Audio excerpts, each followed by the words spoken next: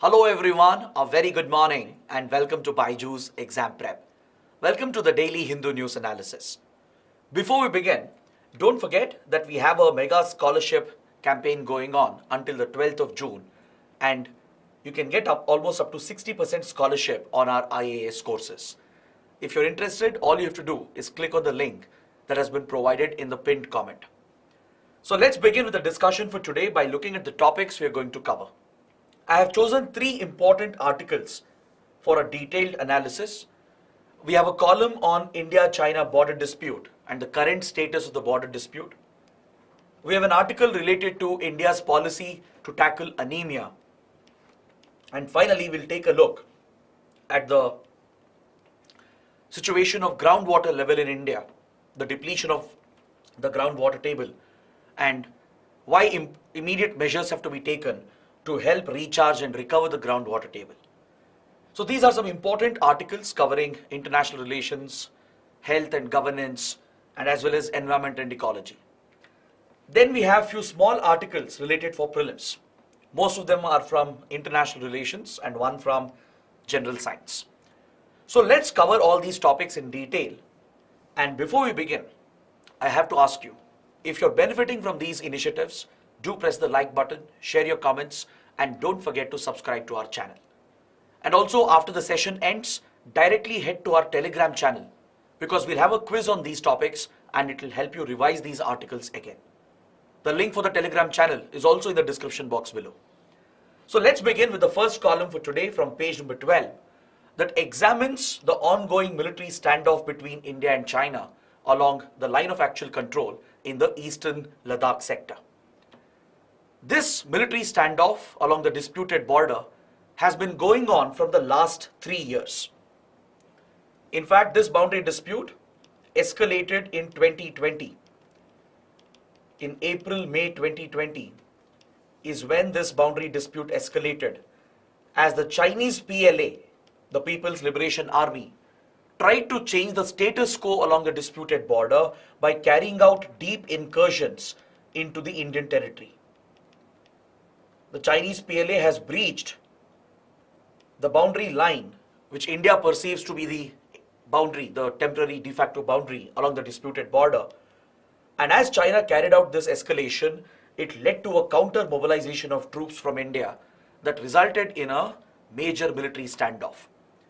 It even led to violent clashes at the Galwan River Valley a few months later, in which several soldiers were killed on both the sides. Around 20 Indian soldiers were martyred along with several unaccounted Chinese soldiers as well. This violence that broke out, which was a hand-to-hand fist fight that took place between the two armies, resulted in a number of deaths, a number of casualties, and this was the biggest escalation that had happened between India and China since the 1962 war. So these tensions have prevailed over the last 3 years. At few points of escalation, we have managed to achieve a disengagement and de-escalation, but there are still a few friction points along the line of actual control where the standoff is still continuing. Over the last 3 years, several rounds of talks have taken place at the diplomatic level, at the military level, and as well as at the political level. At the level of the top leaders and ministers of both governments, the foreign ministries and the diplomats of the two countries, and the respective armies, including senior commanders and brigade level and local commanders, have been engaging in frequent talks to help resolve the dispute, at least to achieve disengagement and to de-escalate from the friction points. But since the standoff continues at a few places, the Hindu has carried this column that actually helps us go deep into the topic and understand the very nature and source of the dispute, and also talk about the current status of disengagement and de-escalation. But before we look at the column, I would like to give you some more context, some more background. Let's look at some important maps and thoroughly understand the India-China dispute in the Ladakh sector, why China has these claims in the Ladakh region, and what measures has India taken to counter the Chinese aggression. So let's take a look at that and then we'll examine what the column is talking about. Now here you're looking at the map of the Ladakh sector, which is the western sector of the India-China border.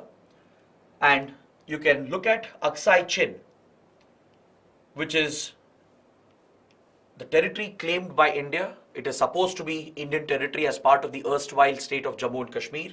Now, of course, a part of the Union territory of Ladakh. But this Indian territory is under the illegal occupation of China since the 1962 war. In fact, China had kept its eyes on Aksai Chin even much before this. Since early 1950s itself, China was very much interested in gaining control of the strategic Aksai Chin region, as it offers a direct link, a direct connection between Tibet and Xinjiang. See, as the PRC, the People's Republic of China, was established in 1948 following the Chinese Civil War, which was won by the Chinese Communist Party under Mao Zedong, China very quickly became an expansionist, aggressive power. By 1950, it expanded its territory by capturing Tibet, by annexing and occupying Tibet. It further expanded its territory towards Central Asia as well by bringing parts of Xinjiang under its control. Both in Xinjiang and Tibet, the natives rebelled against this Chinese occupation. In Tibet, the Buddhists would rebel against the Chinese occupation. In Xinjiang, the Uyghur Muslims would also rebel against the Chinese occupation. So both the western and southern regions of China became problematic for China from a security and strategic point of view. So to contain these rebellions, the Tibetan Buddhist rebellion and the Uyghur Muslim rebellion in Xinjiang, it became a priority for China to create advanced military infrastructure and connectivity in the region so that it could quickly move the troops around to control these rebellions and these movements that were taking root in Xinjiang and in Tibet. Now, if you look at the map, it's very clear that Aksai Chin is strategically located between Xinjiang and Tibet. So from early 1950s, China has realized the strategic importance of Aksai Chin. That is the prime reason why China refused to recognize the British era boundaries that were drawn here. We had a couple of British era boundary lines that were drawn in the 1800s, which India had inherited after independence. India assumed that these would be the post-British era boundaries. But China, which was formed in 1948, later would challenge the validity of these boundaries, mainly by keeping an eye on the strategic location of Aksai Chin. It even started building a road. You can look at this highway, the Chinese National Highway G219. It's one of the world's longest highways, connecting Tibet with Xinjiang with the Chinese border with Mongolia. It's a very, very long highway that China has built. It's a strategic highway for China. And back in 1950s, it started this illegal road construction, which was opposed by India, which initially led to border tensions and clashes that eventually escalated into the 1962 war. So the region you're looking at here is at the very root of India-China boundary issues. The initial dispute began over here in early 1950s. By 1953, 1954 is when the dispute and the clashes began, which culminated in the 1962 conflict. During the 62 war, China would capture and occupy Aksai Chin, and since then India says that China is under the illegal occupation of Aksai Chin, and we claim Aksai Chin to be an integral part of Indian territory.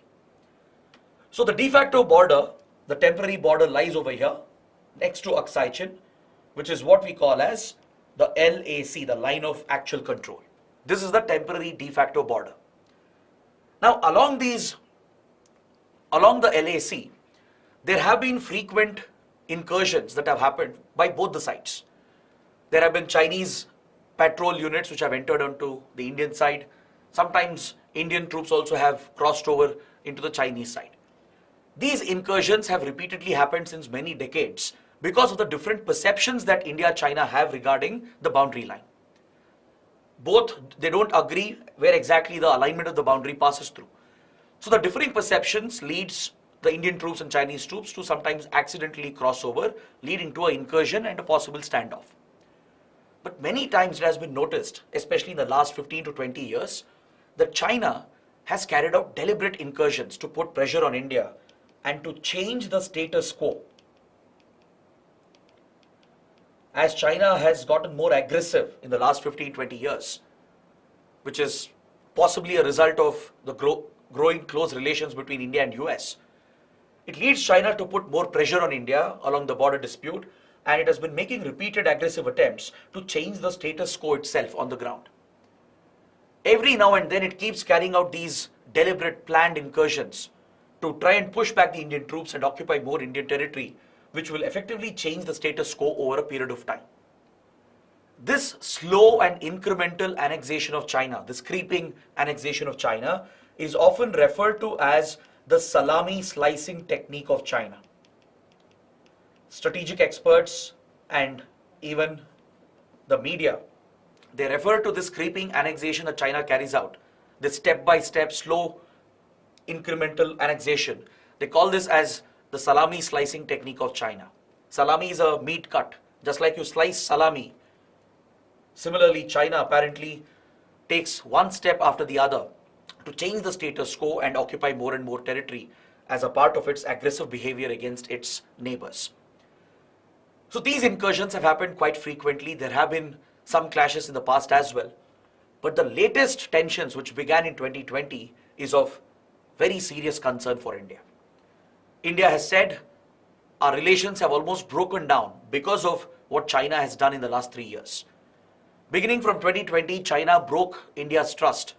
It broke previous bilateral boundary agreements and the arrangements that we had, and carried out a series of planned simultaneous escalations at Galwan River Valley, which you see over here in the map, at the strategic Panongso Lake, which is a very popular tourist spot as well, at Demchok over here, and also along few other locations, including the Gogra Hot Springs region and the Depsang Plain region over here, right below Daulat Beg Oldie and the strategic Karakoram Pass. Here in this map, you can see the claim line of China. What is the current location of the LAC? How China is trying to push across. How China is trying to push across the LAC to further extend the LAC towards Indian territory so that it can capture more territory. So at all these flashpoints, a military standoff broke out, which eventually led to clashes at the Galwan River Valley. At the Galwan River site, there were hand-to-hand and fist-to-fist exchanges between Indian and Chinese troops, as both sides are prohibited from carrying heavy weapons and opening fire against each other. You would have read about this in newspapers. Every now and then, whenever clashes happen between the Indian Army and the Chinese PLA, you will read that they beat up each other, they threw stones at each other, they used wooden sticks or clubs or hockey sticks or cricket bats to beat up each other, right? So such rudimentary fights happen between Indian and Chinese troops because we have few boundary agreements in place that prevents both sides from carrying heavy weaponry and from opening fire against each other. Even during the latest Tawang clashes that happened just last year, it was a similar fight that broke out in Arunachal Pradesh, in the eastern sector. So here as well in the Ladakh sector, in the western sector, many such clashes have happened, but what happened in 2020 was the biggest escalation, as it happened at multiple locations, clearly indicating that this was a pre-planned, premeditated attempt by China to change the status quo along the disputed border. So as the Galwan clashes happened and tensions were extremely high, by then India also had carried out a counter-mobilization. India also had brought in thousands of troops along with advanced military equipment to counter the Chinese mobilization. This standoff had every sign of turning into a major conflict. But fortunately, saner minds, mature minds prevailed on both the sides, and they started negotiating and trying to work towards a disengagement and de-escalation process. So over the last 3 years, multiple rounds of negotiations have been held as per the established protocols under the previous boundary agreements. And these talks have mainly taken place between local military commanders and senior military commanders. The whole focus is to achieve a common point where we can create a buffer zone, a neutral buffer zone, to demilitarize the region, to pull the troops back from the flashpoint, and then work out a disengagement and de-escalation process, so that a new normal can be established and troops can be pulled back from both the sides. These talks have been going on since the last 3 years, but at few places the dispute is yet to be resolved. Now, before we proceed any further, I want you guys to understand why China is so aggressive against India, why China repeatedly carries out these kind of aggressive acts, not just against India, but even against Bhutan and sometimes even against Nepal as well. This Chinese aggression can be explained by a Chinese strategy that was laid down by Mao Zedong, which is known as the five-finger policy of China. See, for China, Tibet has always been a priority. When China occupied Tibet in 1950, since then it has been facing a rebellion internally, plus there has been significant global pressure as well on China regarding its human rights violations in Tibet. So since then, China has sought to maintain firm control over Tibet, which not only brings a very large, enormous land area under China's control, but also brings in a lot of resources, precious resources to China and strategic access to Central Asia and South Asia. So for China, having complete control on Tibet and ensuring stability of Tibet is a top priority, a top security priority. So Mao Zedong, the then Chinese leader, the leader of the Communist Party, he laid down a theory, a strategy, a military strategy called the five-finger policy of China. He said that Tibet has 5 extensions. There are 5 extensions to Tibet. That is, if you imagine Tibet to be the palm of your hand, then according to Mao Zedong, Tibet has 5 fingers, 5 extensions. So Mao Zedong said if China has to have full control on Tibet and stabilize Tibet, then it has to destabilize the 5 extended areas. If China destabilizes the 5 extensions, the 5 fingers of Tibet, then no external power will be meddling in Tibet, thus ensuring China's firm control, stronghold and stability in Tibet. These 5 extensions are nothing but Ladakh, Nepal, Sikkim, Bhutan and Arunachal Pradesh. This is what explains Chinese aggression, repeated aggression in the last 7 decades. China has repeatedly put pressure on India against Arunachal Pradesh. Even today, China does not recognize Arunachal Pradesh as part of India and keeps referring to it as South Tibet, which is of course rejected by India. Without doubt, Arunachal is an integral part of the Indian Union. Similarly, China has standing border disputes with Bhutan, including the Doklam dispute, which saw a major escalation in 2017. China has put tremendous pressure at Chumbi Valley and Nathula Pass in Sikkim sector as well. China has extended its influence into Nepal to counter the Indian influence, and through Nepal as well it tries to create challenges for India. And of course, in the western sector, that is towards Ladakh, China keeps meddling, keeps carrying out incursions in an attempt to change the status quo so that as long as the 5 fingers are destabilized, Tibet will firmly remain under the control of China and it will help China to stabilize Tibet as well. So this is what explains the Chinese aggression. Now, I was talking about few boundary agreements under which we have few established protocols on how Indian and Chinese troops have to behave, and these agreements also provide a mechanism for talks to take place during an incursion or during an escalation so that a quick solution can be found without allowing a small conflict, a small incursion or a standoff from escalating into a bigger conflict or a bigger war. These agreements were fortunately put in place in 1990s following the efforts of Prime Minister Rajiv Gandhi and Narasimha Rao. Under these two governments, the Prime Ministers paid important visits to China. It was an attempt to reset and normalize the relationship, and even China was equally interested to bring some normalcy in the relationship. Because by 1990s, both India and China were emerging as major Asian powers. The Chinese economy had already been opened up, liberalized and opened up to the global economy. China was rapidly growing by 1990s. India was also on the same trajectory, and both countries could no longer ignore each other. It was important for them to set aside the boundary issues and start working together to build strong diplomatic and economic relations. So during this reset under the Narasimha Rao government, in 1993, a landmark agreement was signed called the Peace and Tranquility Agreement along line of actual control. Under this agreement, both the sides committed to maintain peace and tranquility at any cost along the LAC without allowing minor standoffs and incursions from escalating into a bigger war or a bigger conflict.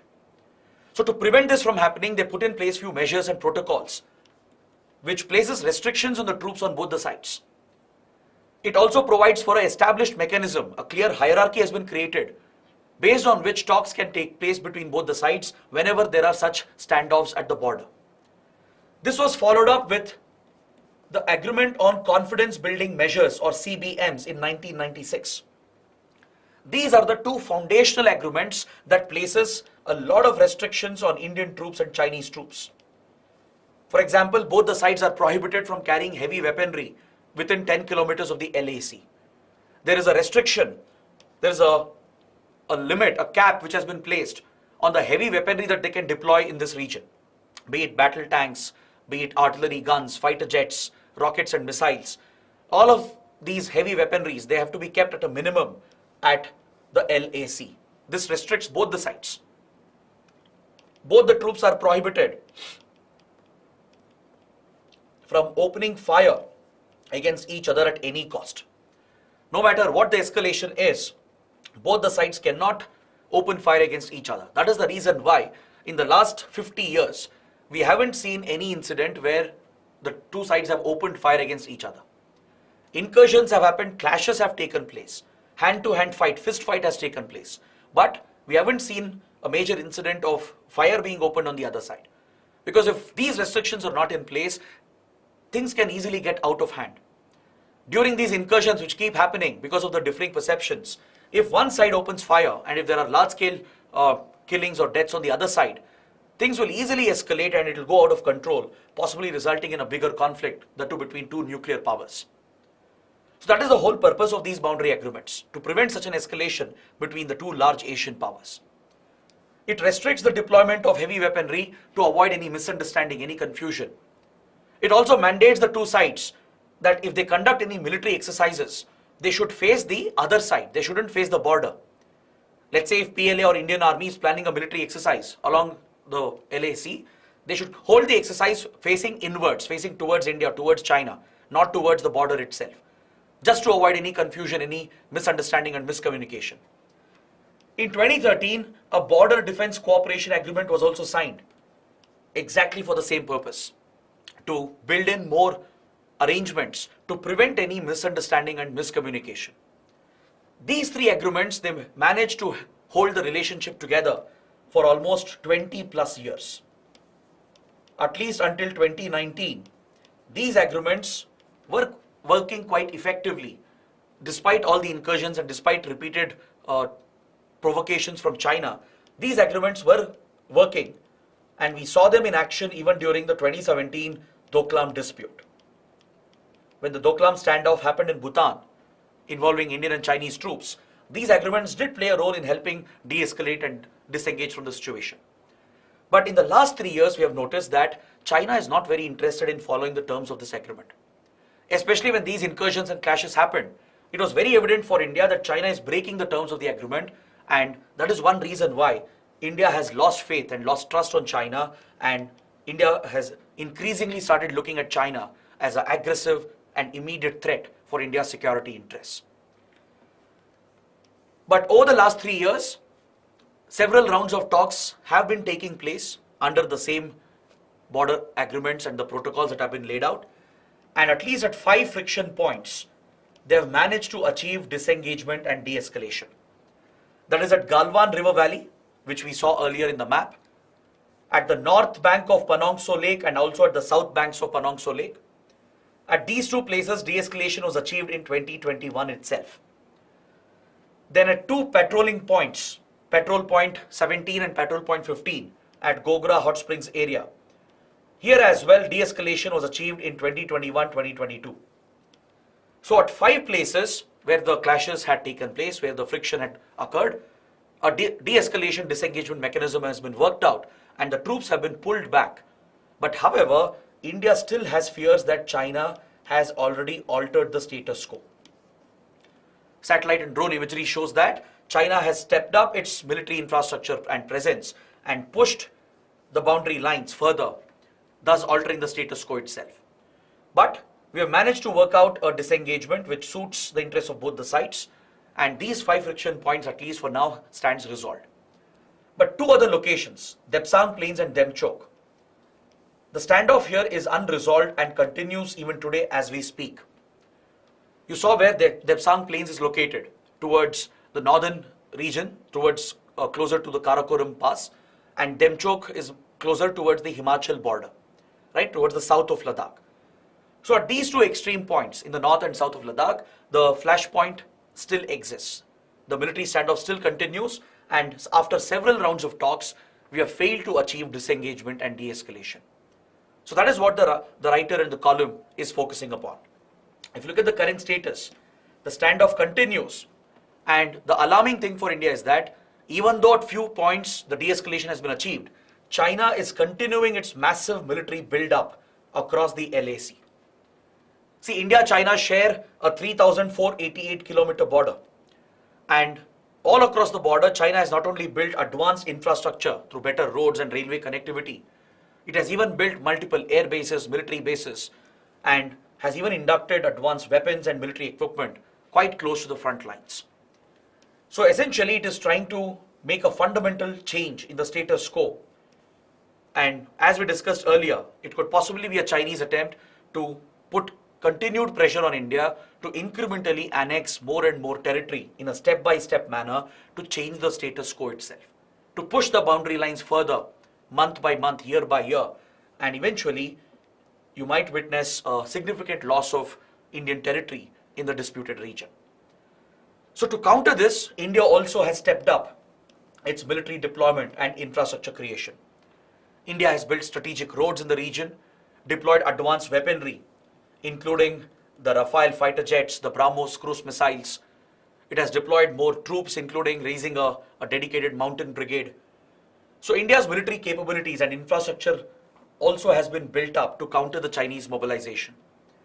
So that is why this whole sector, the western sector, remains a flashpoint, as there are thousands of troops accumulated on both the sides with advanced military infrastructure, and if things go wrong, it could easily escalate into a much bigger conflict. So one should hope that the ongoing talks will give a positive result, and we should be able to resolve the standing dispute at Depsang Plain and Demchok. So this is where you should know what these buffer zones are, the buffer zones which are being created at the friction points. Since India-China have counterclaims and they are facing off each other right at the LAC point, the main focus of the disengagement process is to agree on a buffer zone. This is what was done at Panongso Lake and also at Galwan River Valley when the standoff was resolved 2 years back. They agree for a creation of a buffer zone, which is basically like a demilitarized zone, where both sides will pull back by an equal distance from the actual friction point.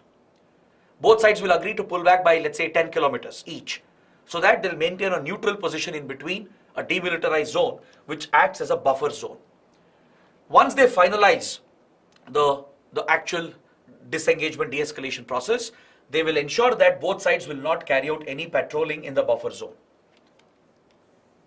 Even during the talks and as well as after achieving a settlement, the promise from both sides is that they'll not patrol the region. They will leave this as a no-man land, so that there are no flare-ups, no incursions, no direct face-offs between the troops. So that is the whole point of creating a buffer zone. So such buffer zones were created at Panongso Lake, at Gogra Hot Spring area, and also at Galwan River Valley. That is why the disengagement process was successful. But when it comes to Depsang Plain, which is located over here, strategically located over here in the northern part of Ladakh, and also when it comes to Demchok, which is located in the southern part of Ladakh towards the Himachal border, they have not been able to work out a buffer zone, and that is one primary reason why these two standoffs are still continuing. Now this is where I want you guys to understand the last point in this article. You need to understand the significance of Depsang Plain, why it is important for India, why China is keeping an eye on this. In this map, in this satellite picture that you see here, you can see some very important strategic locations. This is Aksai over here, that is occupied by China, all right? And this is where you have the LAC running across, all across this region, the north to south of Ladakh. You have the hot springs area. You have the Galwan River Valley site where the clashes happened in June 2020. Now, if you observe the map, you can see Depsang Plains located right over here in northern Ladakh. And to the north of this, you have Daulat Beg Oldi, or DBO. Daulat Beg Oldi is a strategic location where India has quite a strong military presence. In fact, recently, a few years back, India even activated an airfield. India activated an advanced landing ground for the Indian Air Force at Daulat Beg Oldi. These are semi-prepared runways of the World War era, prepared by the British, by the Royal British Air Force. So recently, as India has stepped up its military modernization against China in the last 15-20 years, India has reactivated some advanced landing grounds in Ladakh and also in Arunachal Pradesh. One of the airfields that was reactivated was at Daulat Beg Oldi, where Indian Air Force can land strategic airlift transport aircrafts like C-17 Globemaster and C-130J Super Hercules that we have procured from the US. This allows the Indian Air Force to quickly deploy troops and even military equipment to take on any Chinese incursion attempts. So India has a stronger presence at Daulat Beg Oldi, and right below that, to the south of it, you have Depsang Plain. So essentially, to reach Daulat Beg Oldi, the access is controlled via Depsang Plain. Alright? So that is why China is so interested in Depsang Plain. If it manages to cut off India's access to Daulat Beg Oldi by gaining control over Depsang Plain, that would be a huge loss for India, as we would find it difficult to connect with Daulat Beg Oldi. Also, to the north, you have the strategic Karakoram Pass, which further connects with Xinjiang and Central Asia on the other side. And in the same region, you have the world's highest battlefield, the Siachen Glacier, which is under Indian control since 1984, after Operation Meghdoot was carried out in a legendary military operation. This remains a standing dispute between India and Pakistan. And right next to Siachen Glacier, you have the Saltoro Ridge, both of which are crucial locations as far as the India-Pakistan conflict over Kashmir is concerned. See, this is a region where you have a tri-junction where India, Pakistan, China meet, that too in a disputed region. There is Aksai Chin, there is Pakistan-occupied Kashmir, there is Shaksgam Valley, which Pakistan has gifted away to China, which was Indian territory essentially, right? Then you have Siachen, Karakoram Pass. All these are strategic locations, very vital locations for India as well. And that explains why China is so interested in these key locations, especially Depsang Plain. The primary trigger, what could have pushed China, is the strategic road that India built, the DSDBO road. By 2020, India's Border Roads Organization, the BRO, built a strategic road in the Leh-Ladakh sector connecting Durbuk over here along the Shok River, the strategic Shok River, which originates in the Siachen Glacier. And via this, we built a vital road connecting it with Daulat Beg Oldi. So basically, we built a strategic road that passes parallelly to the line of actual control. So all along LAC, this vital road was built by India that improves our access to these border points, which allows India to quickly deploy troops in case of a border escalation. So China sees this improving preparedness on India's part in terms of infrastructure and military capability as a threat in the disputed region. So this could also be a reason why China got more aggressive in its patrols after the DSDBO road was inaugurated. So now if China manages to change the status quo at Depsang Plain, India might very well lose access to Daulat Beg Oldi, or at least it could be threatened. So that is the concern for India, and that explains China's motivation as well to prolong this standoff at Depsang Plains. Is that clear? Similarly, Demchok is also a very important border meeting point. It's a very important border meeting point between India and China, and controlling Demchok in the southern Ladakh region will give access into Himachal as well. So that is why China keeps an eye, and it's trying to prolong the standoff at Demchok as well. So these are the two remaining standoff points which have not been resolved, and as of now it doesn't appear that there will be a solution in the short term. Alright, so this is what you need to understand from this very, very important and very big topic. It's worth spending this much time on this topic because, trust me, you can expect a direct mains question from here, maybe prelims questions as well, map-based questions, or maybe even an essay topic on the nature of the border dispute in the Ladakh sector. Now let's move on to the other articles. Let's look at this article that deals with anemia in India and also explains the changing policy of India towards tackling anemia. Let's go through this quickly. It's a smaller article. See, recently the Ministry of Health and Family Welfare has announced that our policy to tackle anemia is going to undergo a major change. So we need to understand why. What is the change which is happening and why is the change being brought about? That's what we need to understand. The National Family Health Survey number 6 is all set to begin next month on the 6th of July. This is basically a nationwide survey, a sampling survey which is done to capture key health data and health indicators. From this survey, few questions related to anemia are being dropped according to the Government of India. The government has announced, the Ministry of Health and Family Welfare has announced that questions related to anemia will be dropped from this survey. It will not be a part of the survey anymore. Because the previous data which has been collected on anemia through National Family Health Survey has been found to be highly inaccurate. It has given a wrong, inaccurate picture which has exaggerated the burden of anemia in the country. Is that clear? According to the last survey report, the 5th National Family Health Survey conducted in 2019-2021, 57% of Indian women in the age group of 15 to 49 years were supposed to be suffering from anemia. 67% of our children in the age group of 6 months to 59 months were reportedly anemic. Now this highlighted the huge burden of anemia on India. Anemia is this condition where there is a lack of hemoglobin in the red blood cells, and this has very serious consequences on human health. And the most affected group happen to be women and children, right? Especially pregnant women and sometimes many times even non-pregnant women and children as well, young children. So given the vulnerability of this group, it becomes all the more important to focus on this disorder and address this, but you need accurate data to have a correct policy towards tackling anemia. Now, according to the Health Ministry, accurate estimates are very important because the previous questions which were included here, according to WHO standards, was not suiting India's interests, India's requirement, and as a result, the anemia burden has been overestimated. This is what the government is telling us. Now, let's look at anemia itself. Let's briefly understand what exactly is anemia. According to the WHO, the World Health Organization, it's a condition where the number of RBCs or the hemoglobin level is below normal in your bloodstream, right? The blood count, when you take the blood count, the RBC shows a below normal range with a significant drop in hemoglobin levels. Hemoglobin is vital in our RBCs to carry oxygen. It is the oxygen supplier in our body. Is that clear? It is very vital for oxygen transport in our circular system. It carries oxygen, and if hemoglobin is below normal, it means the oxygen carrying capacity decreases. This means reduced oxygen supply to various tissues, organs, etc. And this has a direct impact. It will lead to fatigue, weakness, dizziness, shortness of breath, and many other related serious disorders and conditions.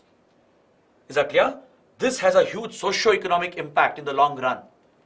So it's very important to tackle such a disease because usually anemia is an outcome of malnutrition. It's a nutrition related deficiency. It's mainly caused due to iron deficiency in our regular diet. So this is something that is preventable. It is actually avoidable by taking the right measures. But here, the problem is that the WHO standards are very different when it comes to measuring anemia. The threshold set by WHO is quite high, and this is more suited to the Western body type. A recent study has come up, led by Indian researchers, which has showed that estimating anemia according to WHO standards is not right for Indians because the genetic type of Indians and the body type of Indians, the altitude here, the food we consume, everything is different, and it requires a different threshold to measure anemia according to this new research. It is this new research which has backed or pushed the Government of India, the Ministry of Health and Family Welfare, to make these changes in the policy. The biggest change is that henceforth the assessment of anemia will not happen under National Family Health Survey. The questions are dropped over there, and instead anemia assessment will happen under a new survey which has been launched last year called the Diet and Biomarker Survey in India. This is a new survey which has been launched to capture the dietary choices and dietary preferences of Indians, and also to measure the nutritional value of the food that we are consuming in different parts of the country. According to the government, this new survey will give a better accurate picture about anemia in the country, as anemia is mainly caused by nutritional deficiency, iron deficiency. The previous questions under the National Family Health Survey were tied with WHO standards, which were not suited for Indian people. So that is why this big change has been made. Henceforth, assessment of anemia will happen under the Diet and Biomarkers Survey in India, which was launched last year to carry out a diet map of India to understand the nutritional and health status of Indians at a nationwide level. This recent study which I am referring to, it has clearly brought out evidence, scientific evidence, to show that there has been an overdiagnosis of anemia in the country. We have overestimated the numbers because we have been following the WHO threshold. The cutoff laid by WHO for hemoglobin levels has been followed by India. The problem is the cutoff for determining anemia depends on a number of factors. It depends on the genetic type, depending on your race, the racial background, the genetic background, gender, age, physiological status, as well as altitude and other dietary factors. The altitude also plays a role because the iron levels undergo a change depending on the altitude, whether you are at sea level or below sea level or much above sea level, right? So all these factors play a role in determining the right hemoglobin levels in our body. So we can't simply go by a global standard, a uniform standard that has been laid out by WHO. There is a need to customize this according to this new research. It should be customized to suit the Indian context.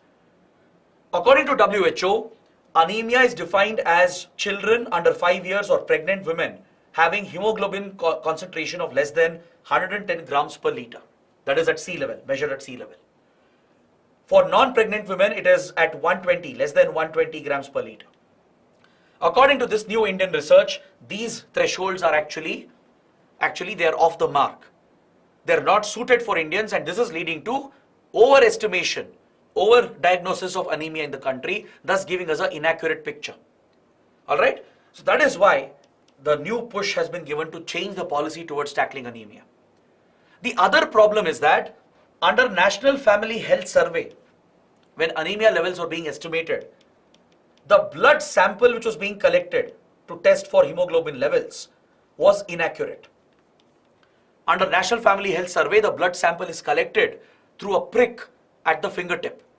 For example, how you test for diabetes at your home through home testing kits, right? You have these small needles through which you carry out a small prick, and capillary action pushes the blood out, and that is the blood sample used for testing.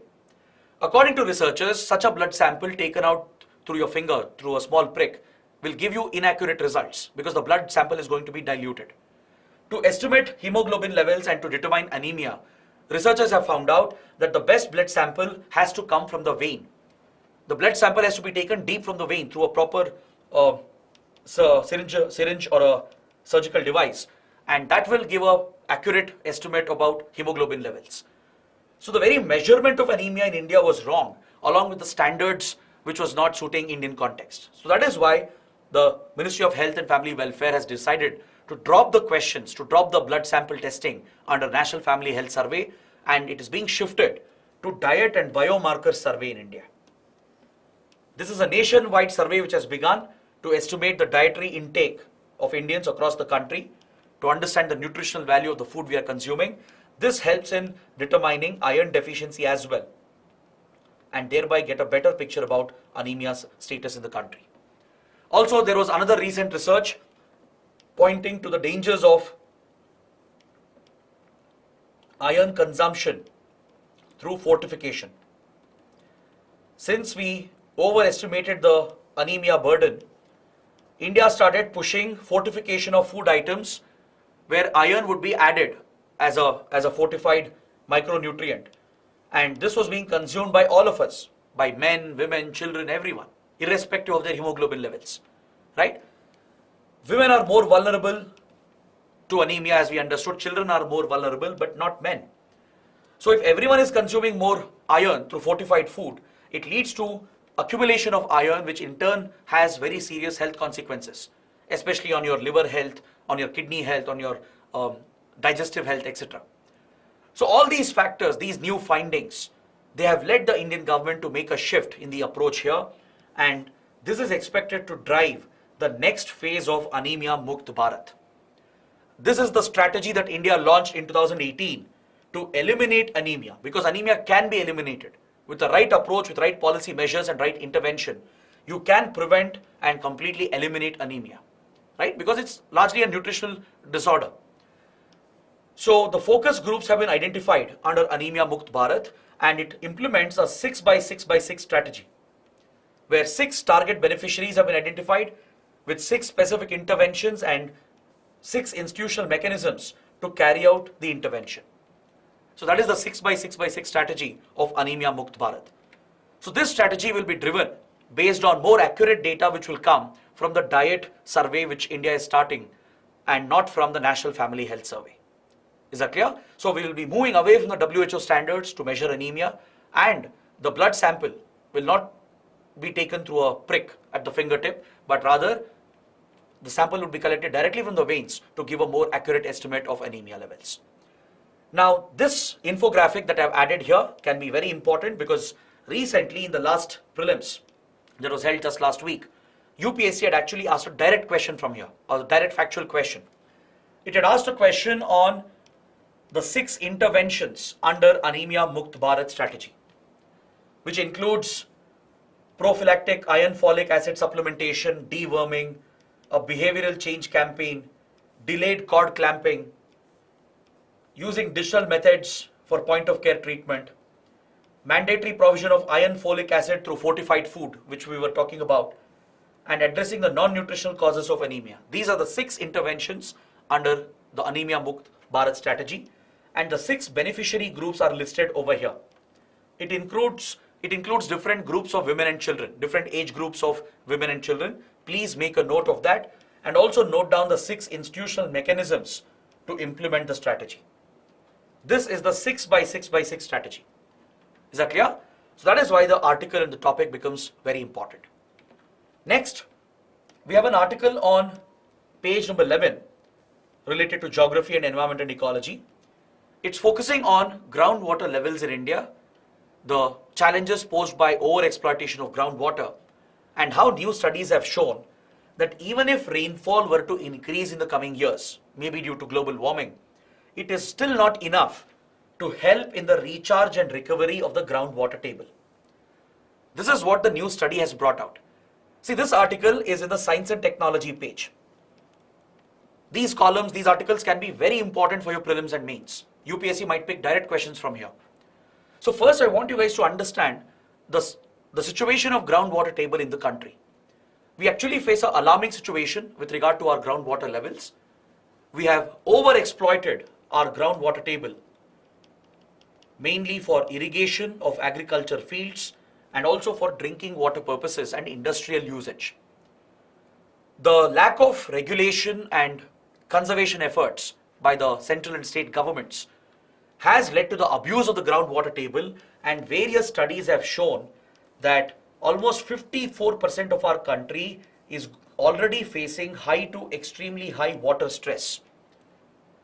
This is across water bodies, be it groundwater table, water from lakes, rivers, etc.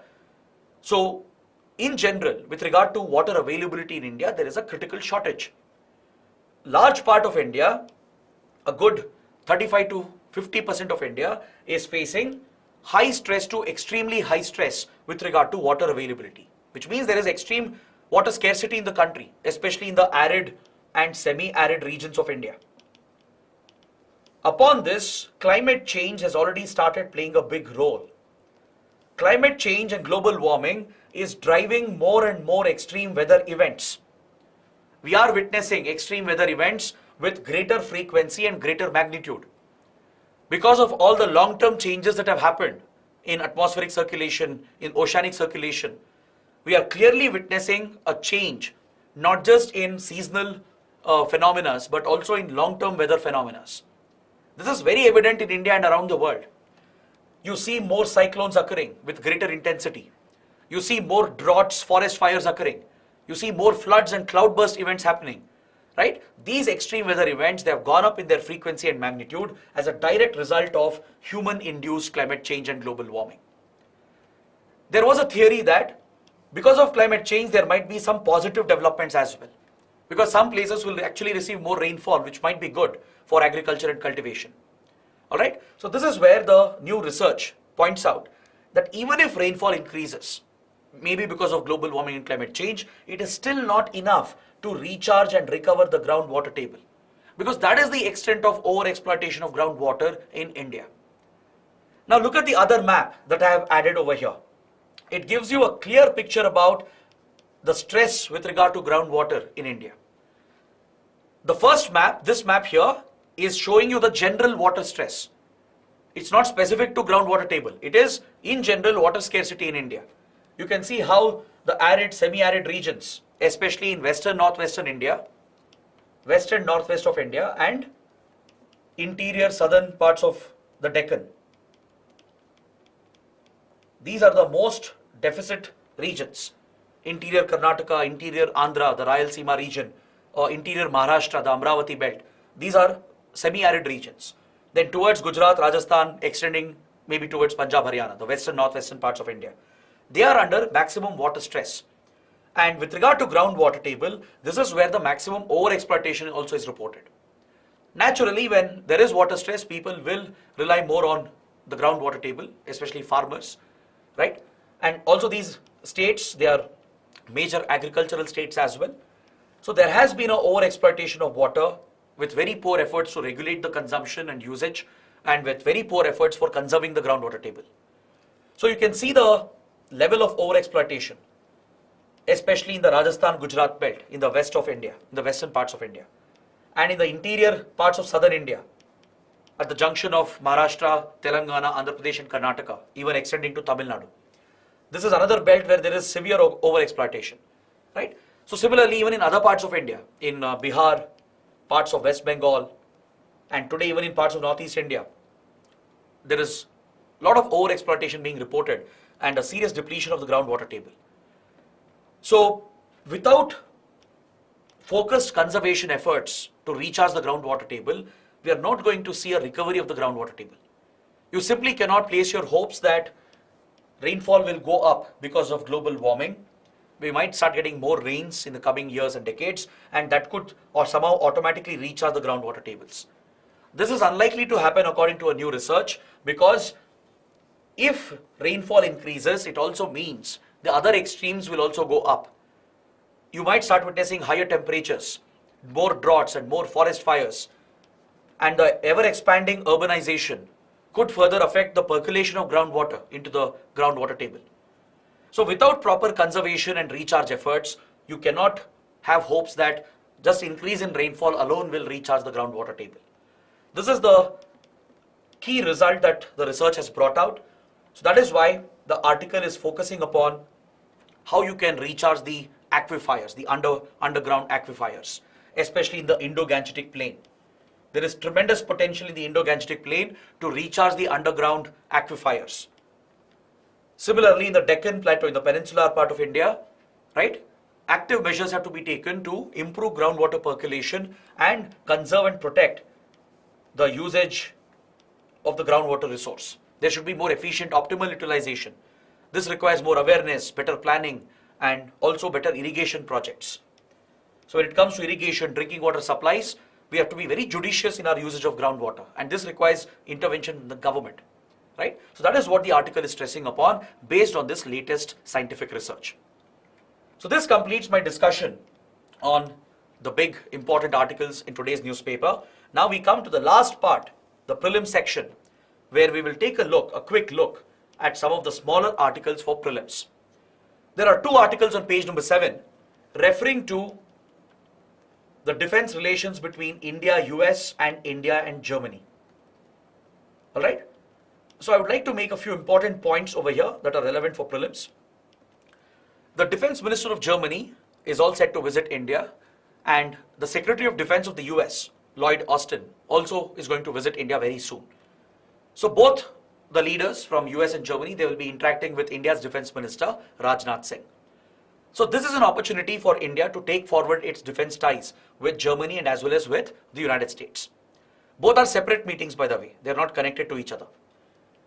With the United States, the main focus this time is going to be on the iCET initiative that was launched earlier this year.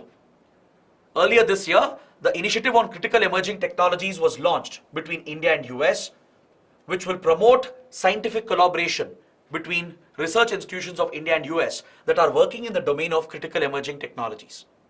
That includes artificial intelligence, Internet of Things, big data, etc.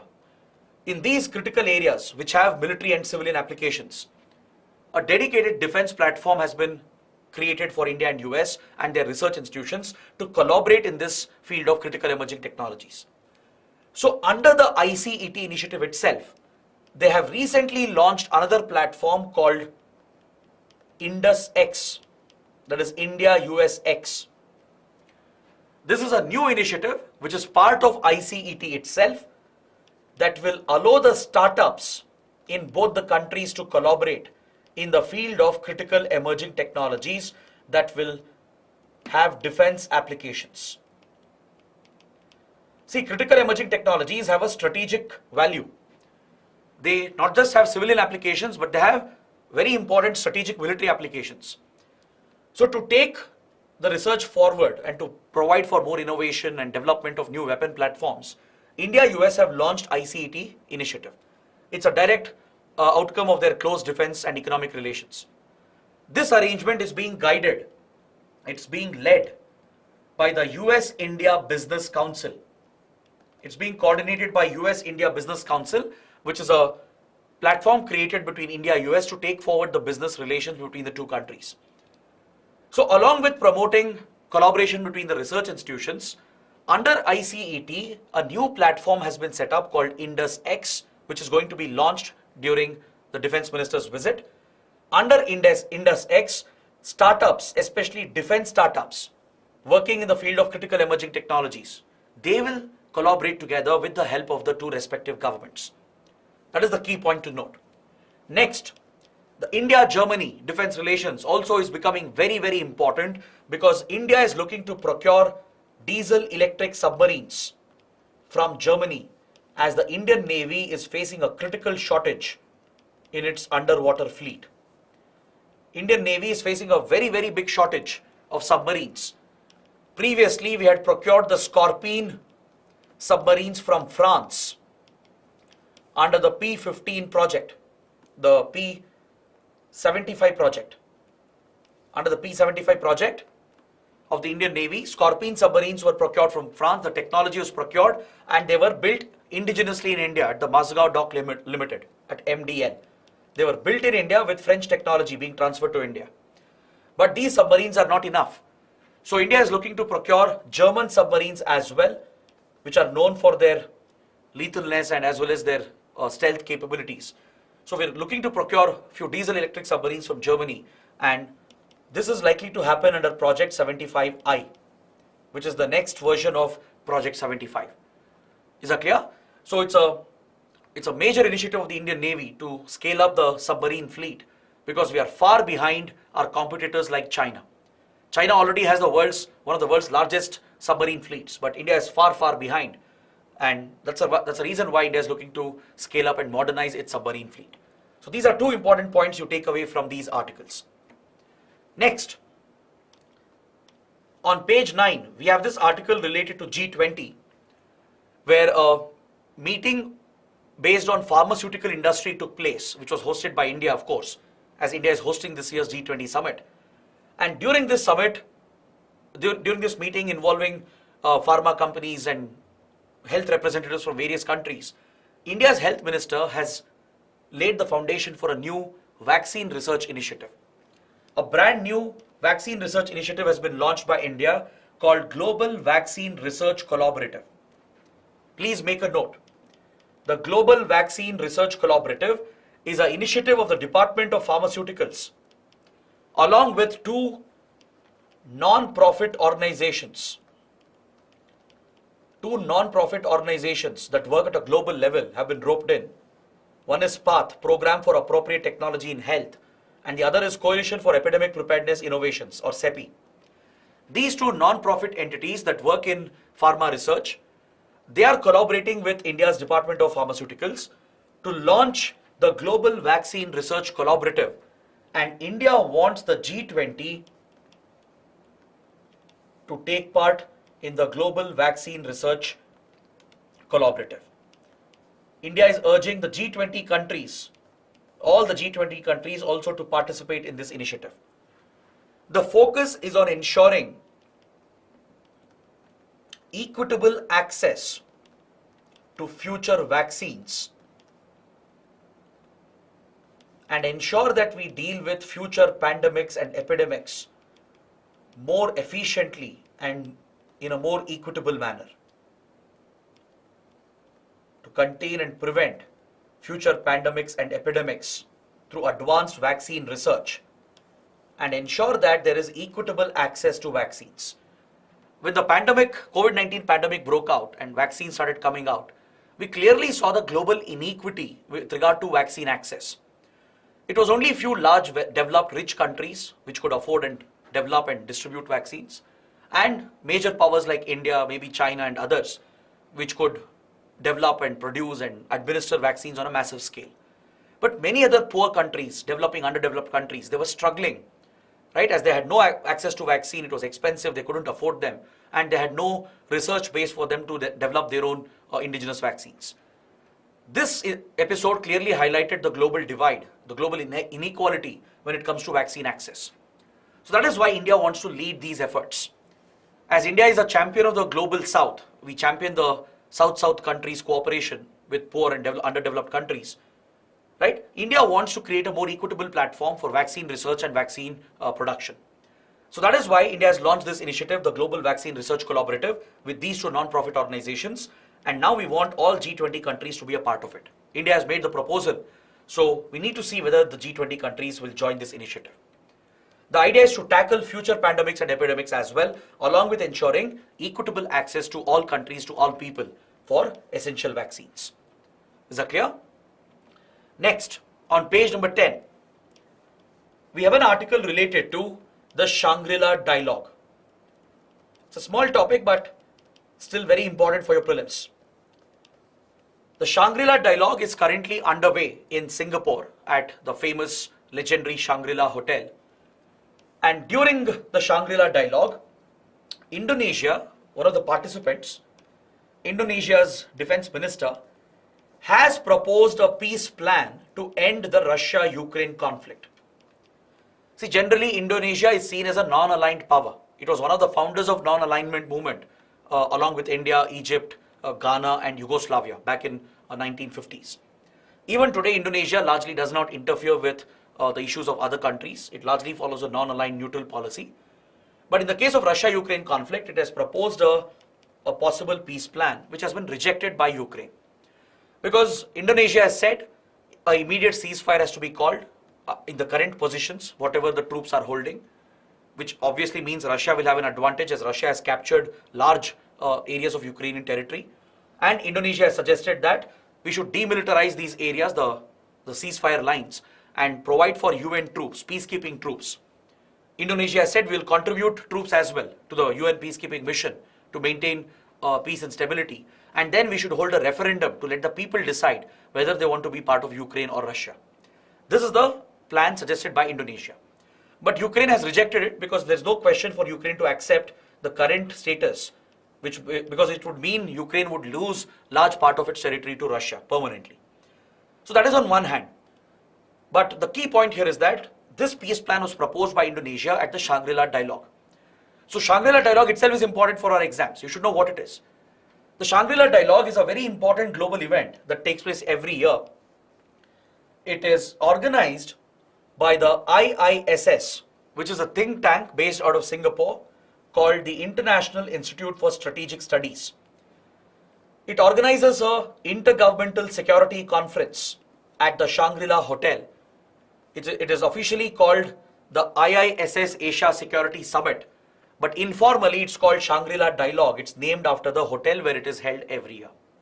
It is a track 1 diplomatic initiative. Track 1 diplomacy means the official representatives of the states are participating. That is, diplomats, military officers, ministers, even leaders of the government, prime ministers, presidents, take part in the Shangri-La Dialogue. It brings together all top strategic experts, military officers, intelligence officers, diplomats, and as well as media, the top leaders of various countries, especially India, US, then many Southeast Asian countries, Japan, right? They send their defense ministers or foreign ministers or sometimes their prime ministers or presidents, and they all collectively participate in this important security dialogue to take stock of the global security situation. But it especially focuses on Asia Pacific region. This, in fact, the Shangri-La Dialogue is modeled on another similar conference called the Munich Conference, which takes place in Germany, which is Europe-centric. Even India participates in both Munich Conference and as well as in Shangri-La Dialogue. We are a major participant in both. All right? Munich Conference is led by the European countries. More Europe-centric discussion will take place, whereas Shangri-La Dialogue is more Asia-Pacific centric. India has its own dialogue on a similar format called the Raisina Dialogue, which is held every year, usually in January. It is organized by Observer Research Foundation, ORF, which is a leading foreign policy security think tank of India, along with Ministry of External Affairs. So India's Raisina Dialogue is also modeled on Shangri-La Dialogue of Singapore.